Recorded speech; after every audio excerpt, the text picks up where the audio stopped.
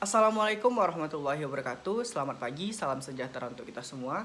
Bertemu lagi dengan saya Putra Andres Pratama yang merupakan pengampu atau guru pengampu dalam mata pelajaran Pendidikan Pancasila dan Kewarganegaraan atau PPKN, yang mana ini merupakan pertemuan kedua kita di bab ke-6 yang berjudul tentang ancaman di bidang Ipolexas Burhankam.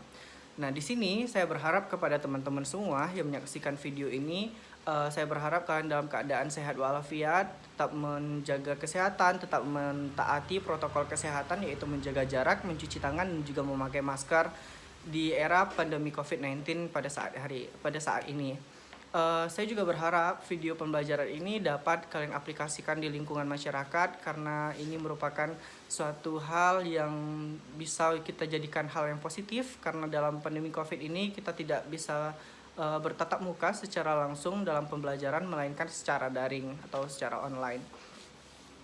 Pertemuan pertama kemarin kita sudah mempelajari tentang pengertian ancaman dan juga melihat bagaimana posisi strategis Indonesia itu sendiri sebagai bentuk bagaimana negara-negara luar sana melirik atau memperhatikan kekayaan sumber daya alam Indonesia, sehingga mereka ingin menguasai Indonesia itu sendiri, sehingga termuncullah sebuah ancaman itu sendiri.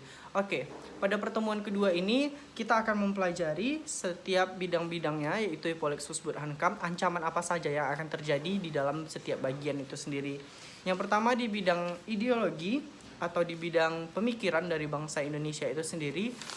Ini merupakan suatu hal yang kita ketahui, pemikiran atau budaya dari bangsa kita itu tercermin di dalam Pancasila sebagai dasar negara kita, yang mana kita lebih memperhatikan budaya timur dibandingkan dengan budaya-budaya yang berada di barat sana yang memiliki penyimpangan terhadap budaya kita itu sendiri.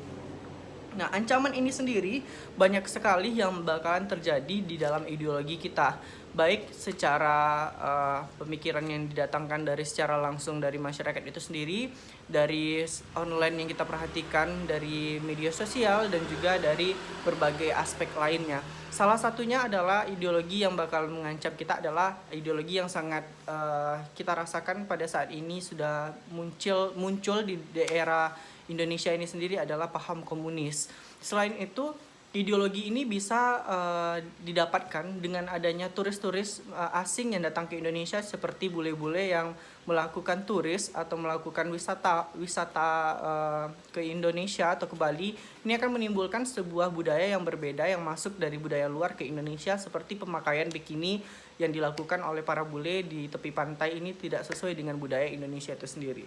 Selanjutnya di bidang politik, ini ancaman bisa terjadi dari dalam dan juga bisa berasal dari luar. Kalau dari dalam di bidang politik ini adalah tidak percayanya masyarakat terhadap pemerintah, sehingga ini dapat menimbulkan suatu perpecahan, suatu pemberontakan, dan hal-hal yang lain akan memicu suatu kerusuhan di negara kita itu sendiri.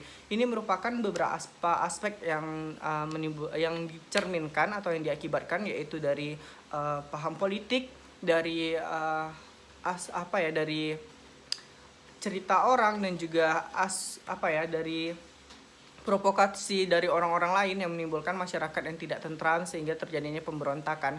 Kalau ancaman politik dari luar itu adalah ancaman yang dilakukan oleh negara lain kepada negara kita, seperti negara luar yang tidak suka dengan paham yang kita lakukan. Yang baru-baru ini terjadi adalah Israel yang ingin mengancam negara kita karena kita terlalu membela dari negara Palestina yang sekutu dengan negara Israel itu sendiri. Ini merupakan ancaman di bidang politik. Selanjutnya di bidang ekonomi, di sini bidang ekonomi yaitu ancamannya berupa pengangguran, kemiskinan, yaitu dua faktor juga, ada faktor dari dalam dan ada faktor dari luar. Kalau faktor dari dalam ini adalah masyarakat Indonesia itu sendiri, ancamannya ini seperti kemiskinan, kebodohan, pendidikan yang rendah, dan lain-lain. Ini diakibatkan oleh masyarakat sendiri yang tidak peduli dengan kondisi ekonominya. Yang kedua, dari luar, tidak seimbangnya ekspor dan impor. Barang-barang impor dari luar negeri datang ke Indonesia tidak balance atau tidak seimbang dengan dilakukannya ekspor ke luar negeri. Jadi di sini menimbulkan ancaman di bidang ekonomi, yaitu kesenjangan ekonomi itu sendiri, sehingga nilai rupiah anjlok di mata dolar. Selanjutnya bidang sosial budaya. Di sini banyak sekali ya ancaman di bidang sosial budaya yang kita rasakan pada saat ini, adanya hedonisme, adanya individualisme, adanya konsumtif dibandingkan dengan produktif. Nah, ini merupakan suatu ancaman di bidang sosial budaya yang kita rasakan pada saat ini. Banyaknya masyarakat yang lebih mencintai negara lain dibandingkan negaranya Indonesia itu sendiri, yang tercermin dari akibatnya adalah dari media sosial, dari mereka pecinta dari negara lain, dan juga budaya-budaya yang dibawa oleh orang asing ke Indonesia itu sendiri.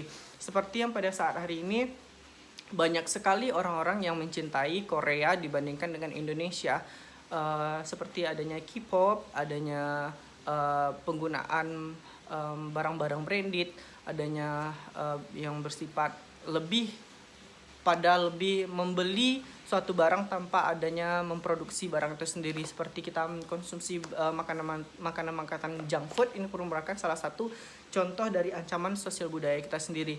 Nah, banyaknya brand-brand dari luar yang kita konsumsi, yang kita gunakan, yang kita pakai, ini mendapat menimbulkan kesenjangan ekonomi atau kesenjangan dari sosial kepada orang-orang yang berada di Indonesia itu sendiri. Selanjutnya di bidang pertahanan dan keamanan. Pertahanan keamanan ini ada di bidang dalam dan di bidang luar. Kalau di bidang dalam ini seperti pengamanan masyarakat yang dilakukan oleh Polisi Republik Indonesia. Yang kedua, ancamannya dari luar yaitu ancaman di perbatasan yang dilakukan oleh Tentara Negara Indonesia atau TNI. Nah, di sini kalau ancaman dari dalam, biasanya ancaman ini dilakukan oleh masyarakat Indonesia itu sendiri yang tidak berdamai atau melakukan pemberontakan atau tingginya kriminalitas di tingkat masyarakat itu sendiri. Itu merupakan sebuah ancaman dari dalam. Kalau ancaman dari luar ini biasanya sengketa internasional ataupun negara-negara yang berada di perbatasan yang melakukan penyimpangan terhadap negara Indonesia yang dilakukan oleh Tentara Nasional Indonesia itu sendiri. Nah, kita sebagai masyarakat Indonesia, salah satu caranya atau peran kita sebagai masyarakat Indonesia meminimalisir ancaman yang bakalan terjadi di Indonesia itu adalah yang pertama, menggerakkan seluruh warga negara untuk membangun integritas nasional. Di sini kita diminta untuk meningkatkan integrasi bangsa kita, integrasi nasional itu sendiri, dan meningkatkan rasa nasionalisme. Yang kedua, menjaga keutuhan dan memperkuat persatuan. Di sini kita diminta untuk saling bersatu, saling merangkul agar negara kita ini tidak tergoyahkan atau tidak dilakukan ancaman oleh negara lain. Selanjutnya, menghormati keberagaman, karena dengan menghormati keberagaman kita sudah menghargai satu sama lain sehingga terciptanya Indonesia yang damai, sehingga kita bersatu untuk melawan ancaman yang terjadi di Indonesia itu sendiri.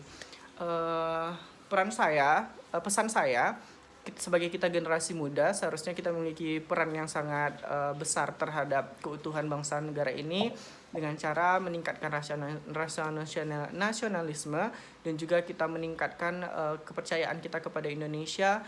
Kita boleh saja cinta, bangga terhadap budaya luar, kita juga harus menyeimbangkan dengan rasa cinta kita kepada tanah air ini.